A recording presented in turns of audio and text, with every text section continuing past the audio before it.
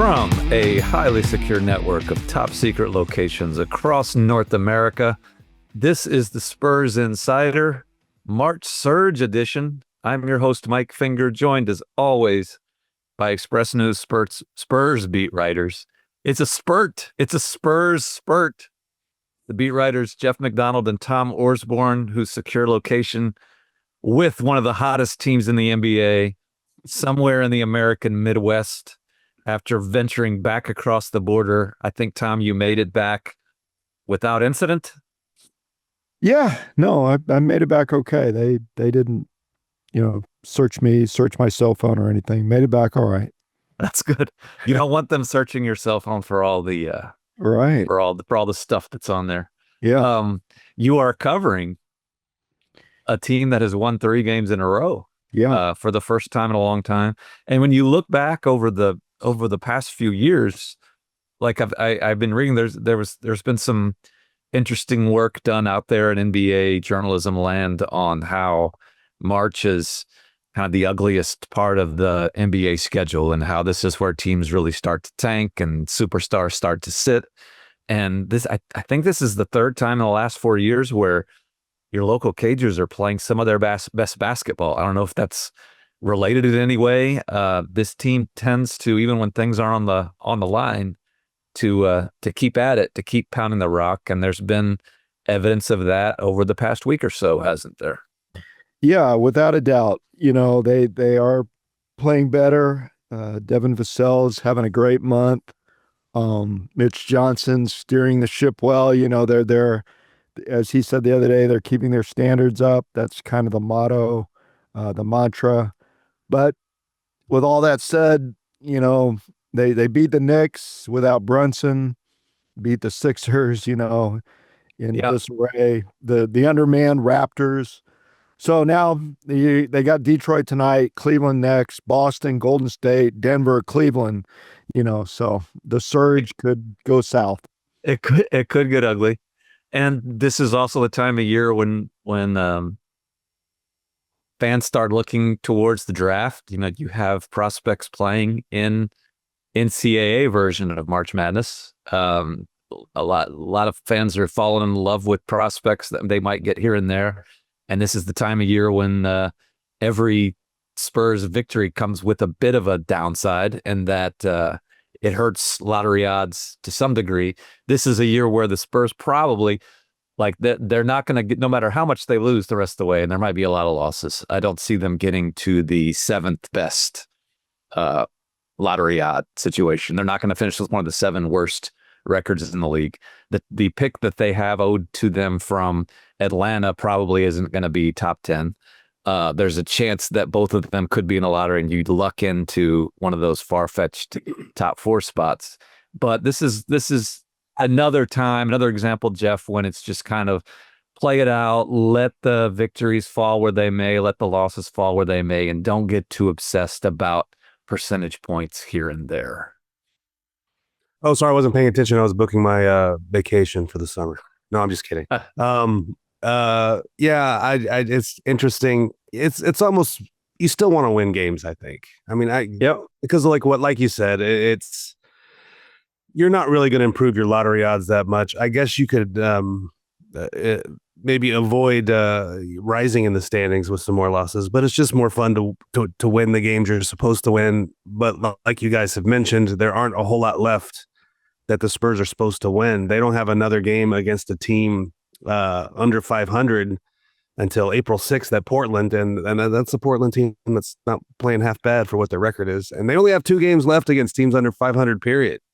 They close with the home game at Toronto. That's the regular season finale. The rest of it is just going to be mostly most of their opponents are good teams fighting for playoff spots, and the wins are going to be hard to come by from here on out. So you might not have to worry about, quote unquote tanking. You just go out and play and take your lumps and take your lottery spot and go see what you can do with it.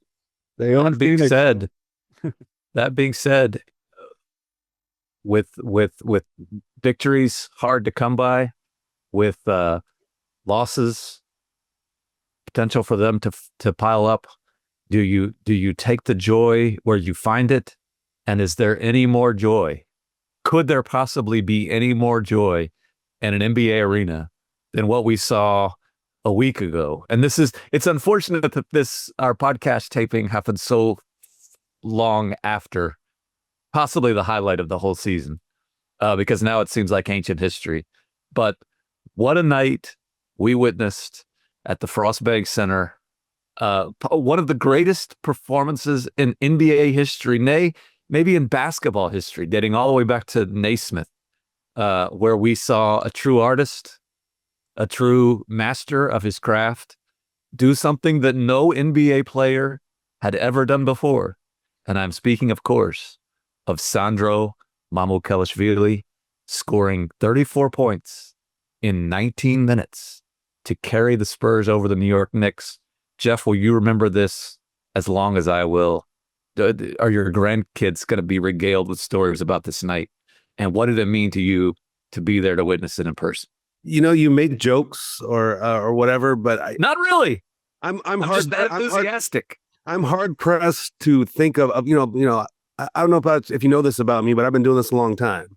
And I'm hard pressed to think of another Spurs performance that just sort of seemed to come out of nowhere like that. Yeah. That I've covered. I think somebody pointed out like the Lonnie Walker game against Houston that year. But I mean, he had like 22 or something like that. Just had a kind of a big fourth quarter. 34 points for Sandro. Did not play in the first or third quarters. He basically did that in 2 quarters, parts of 2 quarters. Yeah. And with Flavor Flav in the audience because he brought him there. Yep. Like we were sitting around the media dining hall, and one of the Spurs PR guys goes, "Hey, just so you know, Flavor Flav's here tonight." And we're like, "Why is Flavor as Sandro's guest?" Yeah, why is Flavor Flav here? Oh, Sandro invited him. How does Sandro know Flavor? It invited a lot of questions. But also, no Flavor Flav mentioned, Jeff. When that's explained, and I'm sitting there when that's mentioned that Flavor Flav is Sandro's guest tonight. It was also two things at once. It was, wow, that's crazy, and also that makes total sense because Sandro just is that kind of guy. And we've talked a lot over the years on this podcast about just fun guys in the locker room, guys we enjoy talking to. Like, I'm not exaggerating. I'm not talking about it just because he just scored 34 points.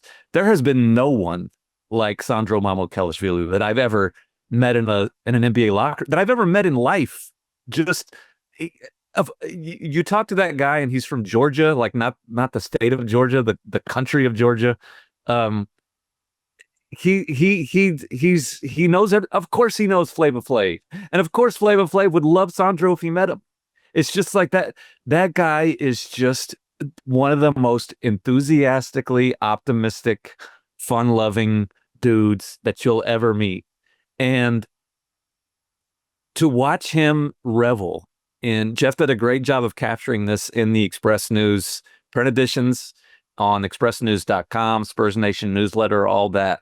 Just the after Sandro speaks eloquently about what it meant to him and thanking like video guys and equipment managers and everybody for this performance. Like an hour after this is over with, he's standing there at his locker just looking around to no one in particular, saying, what was it, Jeff? Like I still don't believe this, or how the hell did that happen? Like, it's just it's so rare in this business to just feel genuinely happy for somebody. And I really felt genuinely happy for that dude because he enjoyed it and he should have. And then the next game he's over for. Of course. You know, so the way I got the story is he just sort of met Flavor Flav at Summer League as a rookie in Las Vegas. Yeah. Like there's tons of rookies out there at Summer League in Las Vegas. No name guys. Sandro was not drafted, I don't think. If he was, it was a mid-second rounder. Yeah. You know, he's a basic nobody among the people in Las Vegas. So of course he meets Flavor Flav, and of course they're friends. Yeah. And it's a legitimate friendship. And to be there in the how many times I've been doing this a long time too. You, me, and Chris Paul and Tom. I've walked down that hallway to that interview room right outside the Spurs locker room for 22 years since the place opened, and the surreal nature of hearing Flava Flav scream like right around the corner there, like I think he did it because I was here. I think he did it for me. Like in that voice that we've heard since the early 1990s on records and radio stations and things. Like it's just it's like, where am I? What is this life? To hear Flava Flav talk about how Sandro Mamukelashvili scored 34 points because he was there. Like it's just, I will never forget that night. In a season where so much has sort of fallen apart for the local Cagers. It's been a slog showing up to some of these games, some nights that don't matter, to witness and just soak in. That is something else, man. I'm not gonna lie, and you can vouch for this. I showed up that night not in the best mood. I was not. That's true. I did not have a very good attitude about my job when I showed up at the arena that night. I was just thinking, man, it's gonna be like another 30-point whipping. There's just nothing. It'll be boring to watch. There's just nothing interesting to write. And then lo and behold, you got the most interesting thing to write that there ever was. So let that be I know you're big these days on giving advice to a young sports journalists. And I think that would be that's a good piece of advice. You never know when the story is gonna be there. So you have to show up ready to ready to write that thing. Even on nights when it looks like it's just going to be another vanilla predictable, we know what's going to happen night. Yeah, Vanilla Ice had been in there as well. Like, just bring all the rap icons from the 90s. I'm sorry, right. I know. I know you're a white man from the country, but you can't put Vanilla Ice and Flavor Flav in the same sentence. Come on, man. You just said vanilla. Well, they were both out around the same time. Come on, man. Come on. With Mamu too. Think about the copy and the moments of joy that he's produced since he's been here. Last year, his trick shots were incredible. Yeah. That was a fun story. The guy's an incredible trick shot artist. Then over Christmas, on their Christmas trip to New York, he hosts, by all accounts, one hell of a dinner at a Georgian restaurant. Then he pulls off the caper of the century, swiping, orchestrating, executing the swiping of Stephon Castle's wheels, which was a great story. And then this performance against the Knicks. I mean, the guy's incredible. He's awesome. And there was I've for years we've heard stories about Drew Holiday, what a good guy he is. Just another guy who's beloved throughout the league. We've heard personal stories about things that he's done. He's just a genuinely good guy. And I think we were in Boston, Jeff, before the All-Star break. And I saw Drew come over and it's a long way from the Celtics locker room in TD Garden to the visiting team locker room. And Drew had come around after the game to talk to Sandro, who was a teammate with him in Milwaukee when Sandro was coming up. He was a two-way player. Drew was a veteran.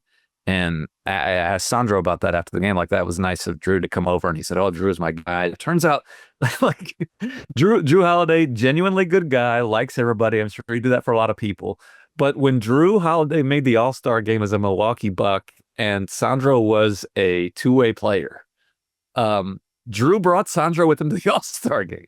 That's just kind of the effect that Sandro has on people. Yeah. Jeff was saying, like, how does out of all these players that go to Vegas for the summer league, how does Sandro end up being Flava Flav's friend? Well, he just has that effect on people. Of all the people that Drew Holiday's been teammates with, like, how do you choose Sandro to take to the All-Star game? It's just, he's that kind of guy. And like Tom says, whether it's like orchestrating these Ocean's 11 rookie pranks on Stephon Castle or trick shots or whatever, it's just he seems just genuinely fun to be around. And when you were on a team, I asked Mitch about this after the Knicks game, when you're on a team that loses 50 games, 60 games this year, over 45 probably. It can be a grind. How, is it, do you take for granted the fact that you keep someone on the roster that makes it a little less miserable? And Mitch went out of his way to say it's not just his attitude. He works hard. He comes in and does his work. He's not just a jokester. He's not a clown.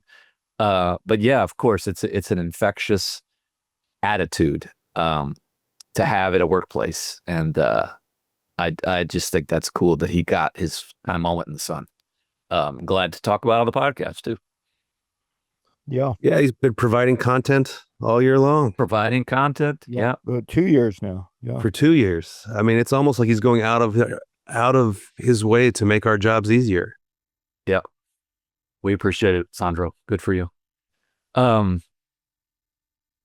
What other content has there been Spurs related? And he's not the only one who has led them to 3 consecutive victories, Tom. You've had the continuing maturation of Stephon Castle, who may or may not be playing in the game that might be played before this podcast reaches your players on Tuesday night. I think he's still questionable for Detroit, but has been coming along and thriving with the opportunity given to him, with the Aaron Fox out, with Victor Wembanyama out. Stephon's kind of been the go-to guy, and he's it hasn't been all smooth sailing, but he's shown the potential to be that. Yeah. I know it doesn't matter because the podcast comes out later, but he was at shoot around, looked fine. I think he's going to be okay. Talk to him about UConn. Yeah, he had the 14 assists the other night. He was a point guard in high school. That's his preferred position, or it was at the beginning, after the Spurs drafted him. But he showed that playmaking skill, against the Sixers. And it's just something every night. There's a good story with him every night. As you said, his, continuing education, the night he came back from the foul trouble. It's just different things with him every night. But he was really in command as a playmaker against the Sixers. That was fun to watch. I know this isn't your favorite topic, but I think the Rookie of the Year race might be over. And he benefits from the narrative too. Like I think that the NBA media, just the way people are talking about this now is like a foregone conclusion. All the gambling odds are in his favor, and they're like I don't know, there are arguments against it, and I know there are some like Zachary Rissache stands out there, and some proponents of other players pointing to the fact that Stephon Castle hasn't had the most efficient season in terms of like assist to turnover, and like he's still shooting below 30% from 3. Mm-hmm. And that's true, but the counting stats work in his favor. And then again, Jeff's right. I don't love award talk, but I think it's kind of a foregone conclusion that he's. And I think he also benefits from this class isn't the strongest. Like Right. if there was a Chet Holmgren level obvious other choice, he might not win it. Right. But the fact that that nobody else is really just running away with it either kind of leaves him. I don't have this in front of me right now, but he does lead the rookie class in scoring, and at 14, barely over 14 points per game. I think I saw somewhere that's the lowest in a good number of years. I don't have that on me right now, but if he leads the rookie class with 14 points per game, most years the leading rookie scores more than that. And you're right, this isn't a class like the one before it or the one that's coming that the Spurs will have a couple of draft picks in. But good for, like, he's still a deserving candidate for it, deserving winner of it. And he's going to be, I will venture to say this is going to be his worst NBA season of the next like 6, 7, 8. He looks like a guy who's getting better. He will look back on this in a few years and realize how much he's improved in a lot of areas of his game. As Tom said, he wanted to be a point guard. He will get some point guard opportunities over the years, but I think the Spurs really like the way he's fitting in as a guy who could play alongside De'Aaron Fox, alongside Victor Wembanyama, and really fit in there to guard a bunch of positions, to take the lead on offense when they need him to, but also to fit in there as kind of a wing player. And really cool stuff from Stephon. Once he develops a reliable jump shot, which I think he will. Yeah, and I'm not even talking about necessarily just this year. Yeah, I'm not even talking about necessarily the three ball, although that's important too. But even a little bit of a mid range game to keep teams honest, where he doesn't have to get all the way to the rim every single time. That's going to be a big step for him. Yep. Anything else? I know you probably want to get to some dark cloud stuff at some point, but anything else that actually, you do know me well, but I was thinking coming into this thing, I want to take a second to salute one Keldon Johnson. Okay, that's good. He's been playing he always does, but that's one thing I've been noticing lately during this stretch is he is playing his butt off, and not always well, although during the stretch, a lot of times he has played well. Playing his butt off, and not always well. But he's always a guy, he's the only guy in the rotation. Like, take out those Sandros and like the Blake Westleys who have to be try-hard guys to even sniff the floor. I think he's the only guy in the rotation that you can say that guy does not take a single second of his playing time off. The motor never stops. And it doesn't always work out for him, although it's worked out for him a lot more this year, and especially lately, than it has in the past. But I've been watching the last few games. I've been sitting up there on the platform going, you know what? I would take that guy that's, diving on the floor and hustling down rebounds. And, even at the end of games where they're just getting smashed, he's still, playing like his hair's on fire. I would take that guy on my team any day of the week. Obviously when you run an NBA team, you got to take like price tag and role into account. But in general, I think he can bring something to almost any team. So I would take him on my team any day of the week. I've been really impressed with the way he's and I guess if you want to make it like an overarching narrative, I think he's finally embraced this idea of being the sixth man, being a bench guy, and what he can do coming off the bench, how he can affect games coming off the bench, and the value that he can bring a team coming off the bench. And he will tell you that at first it was difficult to make that move. He had probably started more games than for the Spurs than anybody on the roster at this time last year when he had been asked to move to the bench permanently. And I don't feel like Manu Ginobili before him was probably not happy about it. But he seems to have embraced that role now, and he seems to have figured out a way to make it work out for him. And you can definitely see a fit for him and a path for him going forward with this team, and how he kind of meshes with the group, with the Victor Wembanyama. When everybody's healthy and Vic's there, you can definitely see a role for Keldon coming off the bench. And so I think it's been a real big stretch for him. The other thing is he doesn't appear to take a second of life off either. Good point. Yeah. I'll make an admission here about this podcast. A lot of the enthusiasm that the three of us show might be considered every now and then as fake enthusiasm. that we're sort of we're sort of playing make believe. I was watching the end of that. What was the game after the Knicks? The trip was kind of close, and the Spurs pulled away at the end. The Sixers, and the Sixers are a bad team, and the Spurs are not a great team. And these are not teams that are thinking about playoffs or play-in by any stretch of the imagination. If you watch Keldon Johnson in the last 5 minutes of that, in all 48 minutes of the game, but the last 5 minutes of the game, you would have thought that they won the freaking championship. Like every call that went their way, every basket that went their way, every turnover that the Sixers had in those last few minutes, it was the most genuine, effusive, just overwhelming enthusiasm that I've seen out of an NBA player in a long time. Jeff is right. Like he is something. He does not stop.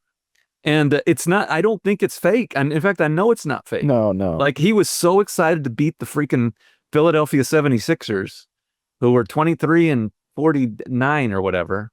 Like that worse than that. It's something, man. It is something. And you got to give him credit for it, because a big criticism of the league these days, and it's valid, is that fans who show up in March don't necessarily get the team's best product, the player's best effort on down the line. If you show up in March, if you show up in October, if you show up any time of the year, you're going to get the best that Keldon Johnson has to give you. And I don't think I'll give Jeff credit here. You shouldn't take that for granted. That's good stuff. Right. Yeah, and like as a human being, it makes me wish, like one of my greatest wishes basketball-wise is that when the Spurs actually do get good again and are making playoff runs and in the playoffs, that Keldon Johnson's on the team. I agree. Like, having gone through all this, all the crap and all the losing, like he deserves to be on the team when they're winning again. And I think if he is, his number may hang from the rafters. Whoa. They don't have a high standard with that historically. True. So and that's nothing against Keldon, but he could, and talking about that enthusiasm, I bet Sandro still has bruises on him from Keldon beating on him at the end of that game. He was covered with red spots. I mean, Keldon was just banging away on him. Not to be the downer here. Not to be the downer here, but somebody has to be. It doesn't change the fact that if the Spurs make another deal for another player at the Aaron Fox type level, maybe even below it, for a third star type guy, the most glaring contract to be traded in that situation belongs to Keldon Johnson. Boy, and we've heard that so often, I know. And it might not happen. No, I know. That's part of the math. That's part of the mathematically. You are correct, and that's going to be a tough day if that happens. It is. I'm with you. I just as somebody who tries to tell the story of this team, as all three of us do.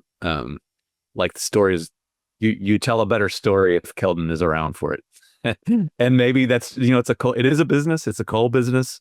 If they can upgrade that part of the salary cap, like you get rid of that Keldon salary and get somebody who's a bigger star, a bigger contributor, I think they do that to win games. But I think taking the time during seasons like this to acknowledge what Keldon has meant to the organization, I think that's a worthwhile thing. And I'm glad Jeff brought it up this week.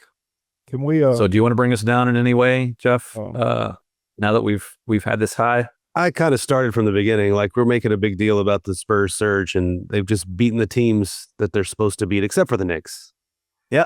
And also, they also lost to that Dallas team in there, and they also just got blowed out by Charlotte in there. Like, let's not go, throwing the river parade just yet. They might not win again the rest of the year, but they might not. Back to Steph Castle real quick. I think that 14. The scoring average is misleading. Since mid-January, he's averaging 18 a game. Correct. No. He's had 20. He's had 20 games of 20 plus this year, including a 33-point game. And he's bounced between the bench and starting.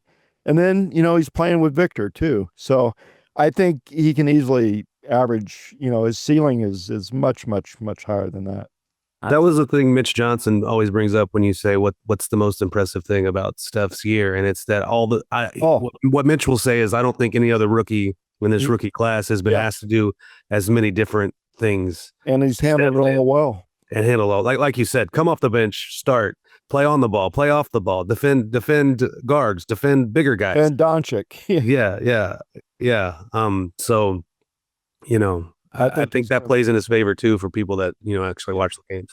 He's just going to be really, really good. He is. So who are they going to draft out of this March Madness? Who should I be watching? Well, I don't want to be we're going to have to get through some podcasts in the coming weeks and months where we're going to be looking for content. Sandro can't see us every week. Sandro can't see us every. But just looking forward, I know that you guys have more day-to-day Spurs stuff than I do and aren't necessarily watching as much of the tournament as I did. But did anyone see that game winner from Derek Queen of Maryland the other night? The one that would have even been a travel in the NBA. I don't. Maybe not in the NBA. You're right. You're right. Anyway, that's a travel in the NBA. You're probably right. Especially like what is the bigger outrage if you whistle that? Like to me that wasn't so blatant where I you get whistle it. that and You get to take travel. away You get to game travel on winner. game winners. I get it. You can't do that. If you And can make the a degree of difficulty on that was so high and just so cool. Lush. If a ref calls that, the ref deserves to just be. if you make a spectacular shot, you get to travel. That's your rule. I don't dispute that at all. I kind of don't either. And I don't think it was as crazy of a blatant, like I've seen much more blatant travels not called in the NBA than that one.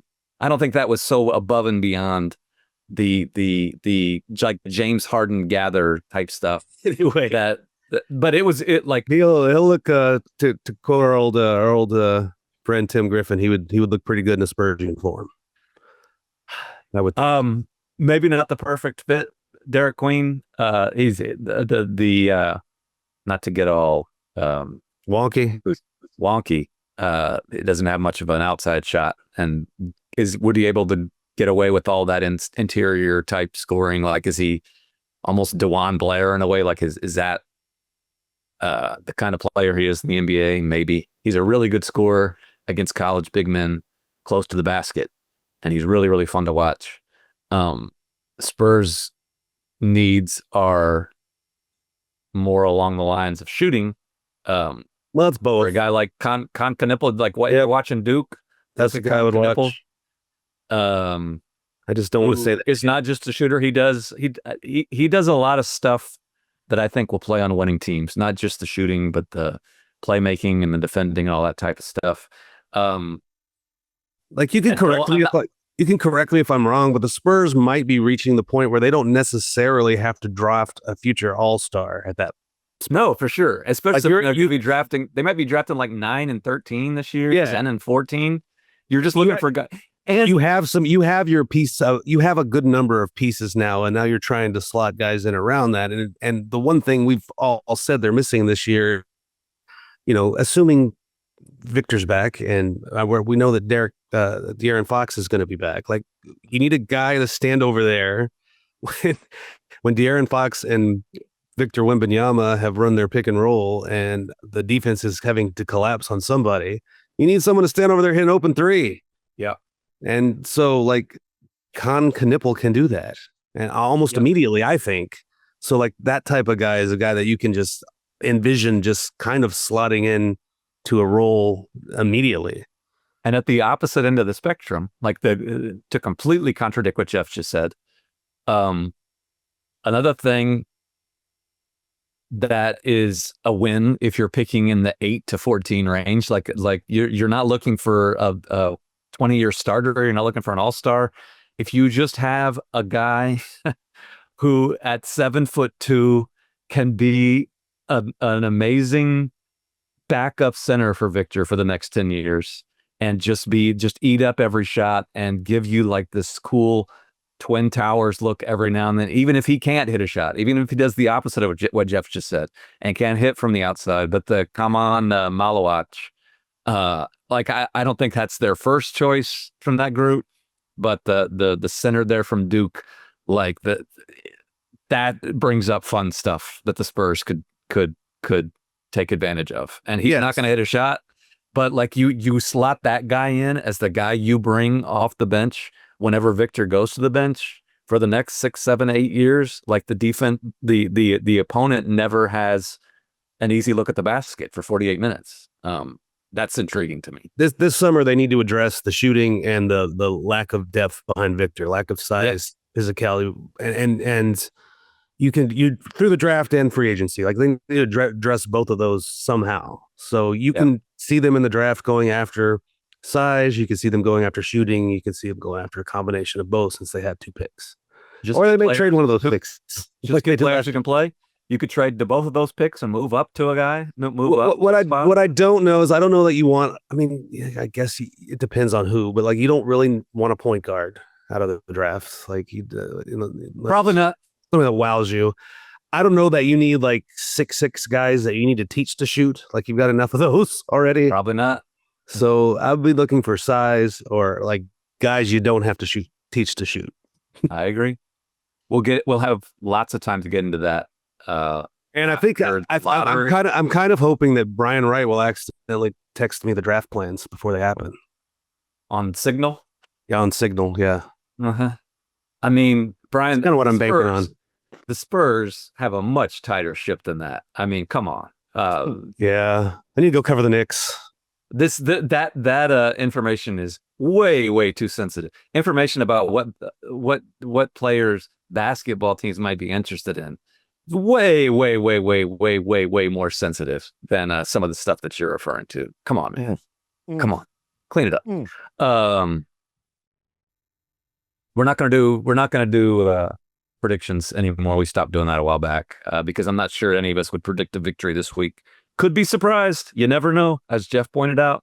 As I tell young aspiring sports journalists all the time, you never know. You never know what you're gonna be able to cover when you show up to the arena. It could be something you've never seen before. That's exactly what you tell to young sports journalists when they ask your advice. We could. I think you say stay in school and don't do drugs. Quickly, we visit the predictions before the season. The win total. We'll get there. Good. That's close. We're all looking pretty close there, Tom. Yeah, I was thinking about that. Pretty close. I was thinking about that today because I went to look it up to make sure, but Vegas had them at 35.5 coming in. And they're at 31. They could get to 32 or 30. That's in a season where you didn't have Victor for a third of it. That's not bad, I guess. Yeah. We'll get to that next week. Okay, I'm sorry. I jumped the gun. Jeez. Who knows? Who knows what we'll be talking about next week? It could be something that we've never seen before. And keep our eyes open to that. Sandro's going to hijack like an F-14 fighter jet and fly it over the city. That's my prediction. That would be something that we probably discuss if it happens. He's going to fly with the Blue Angels because he's friends with them. We will discuss that if it happens. Until next week, take care of each other and keep it real.